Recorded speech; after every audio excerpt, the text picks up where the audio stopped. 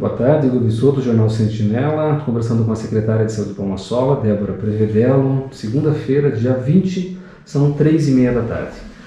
Débora, no entardecer de ontem tivemos o primeiro caso confirmado de Covid-19 em Palma-Sola.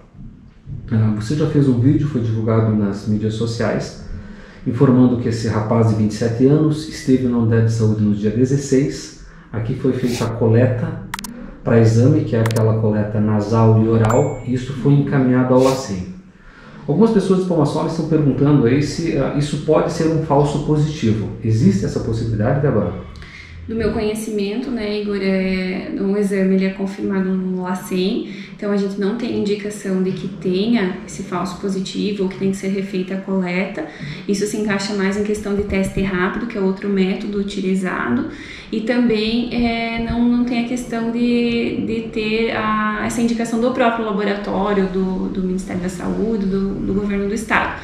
Então, o resultado foi enviado pelo LACEN, que nem você falou, a coleta ela não é o mesmo método do teste rápido e ele veio confirmado para o contato com o vírus. Okay.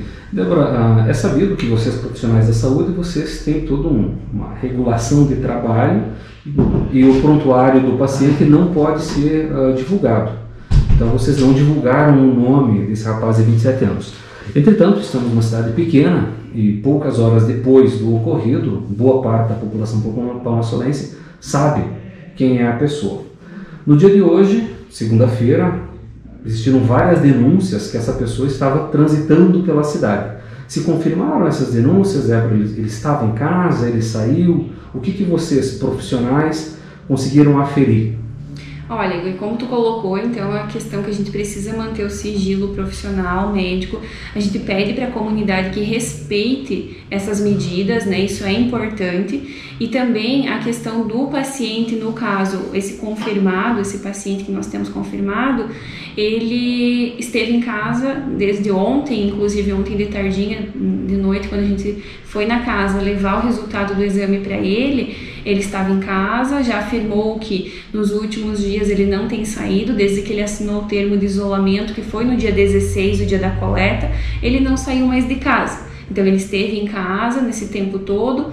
Hoje pela manhã a polícia militar também tem nos ajudado bastante nessa questão de denúncias. Então a gente pede a colaboração da população também, como você comentou. Às vezes tem gente que sabe quem é, que está falando, né? Então assim, esse cuidado a população quer ter com uma segurança também, tudo bem. Só que a gente precisa que essas informações elas sejam verídicas e que tenham uma prova, né? Que seja concreta. Porque hoje, por exemplo, a polícia foi por várias vezes, em torno de 3 vezes, na casa da pessoa e ela estava em casa, né? A enfermeira da unidade também esteve na casa da pessoa hoje de manhã, no início da manhã, e ela estava em casa, estava dormindo. Depois a polícia foi por mais 2 vezes, né? Então a gente foi nos comércios que foram denunciados que ela esteve por lá, e assim, a gente não tem uma prova concreta. Então, ao nosso ver, até esse momento, a pessoa está tomando as medidas, né, de isolamento. Importante frisar também que no descumprimento dessas medidas, se a polícia vê essa pessoa ou os familiares que devem ficar em isolamento estiverem transitando por algum motivo, né, então descumprindo essas medidas, agora vai responder criminalmente. Então, okay. Débora, explica melhor um pouco. Eu desconheço qualquer caso de pessoa no país que esteja respondendo criminalmente por não seguir essa medida de isolamento imposta por vocês.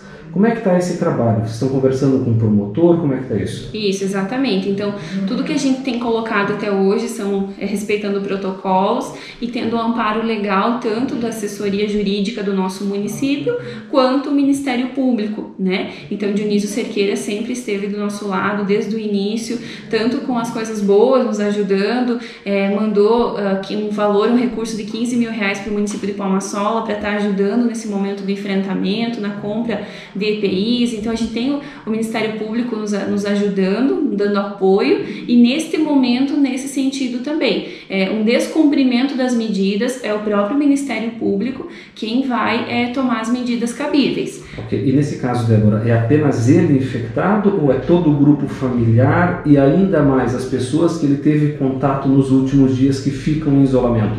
Todas as pessoas que assinaram o termo e que estão orientadas a ficar em isolamento. Tem ideia de quantas pessoas assinaram esse termo até o momento? Foram bastante pessoas as que foram assinadas, agora de momento não sei te dizer quantas. Aproximado, 10, 20? Já está em 20 e poucas pessoas já que estão sendo monitoradas, né, em isolamento. 20 em razão deste rapaz confirmado com Covid? Deste rapaz. Ok, é óbvio que além desse temos outras pessoas que chegaram até a unidade de saúde ou no hospital que foi feito coleta e também estão isoladas, correto? Sim, a gente já tem 2 casos negativados, né?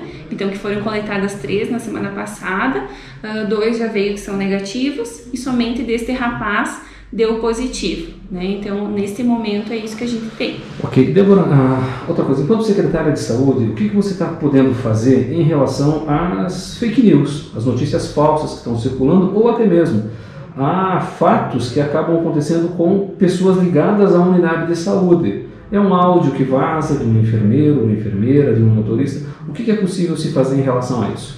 Nesse momento a gente precisa manter o foco principal, que é o cuidado de prevenção e orientação das pessoas. Assim como a gente já vem orientando desde o início, lá, dia 20 de março, quando começou a pandemia, então a gente precisa ficar reforçando e estreitando esse cuidado com as pessoas. É isso que a gente precisa focar. Porém, como tu comentou, tem bastante informação paralela, muita coisa que as pessoas vão distorcendo e vai sendo passado, e hoje a gente tem as ferramentas, aí o WhatsApp, por exemplo, que a transmissão é muito fácil de informação, é muito rápida. Então a gente pede que a população tenha esse cuidado de ver fontes confiáveis de informação, né? Porque a gente começa a espalhar muita notícia que é em verdades e que confunde muito mais, atrapalha e cria o pânico nas pessoas, que a gente vê muitas pessoas infartando, pessoas entrando em pânico porque recebem muita informação distorcida. Mas né? É possível que exista alguma advertência para aquele profissional da unidade de saúde Com certeza. que fez um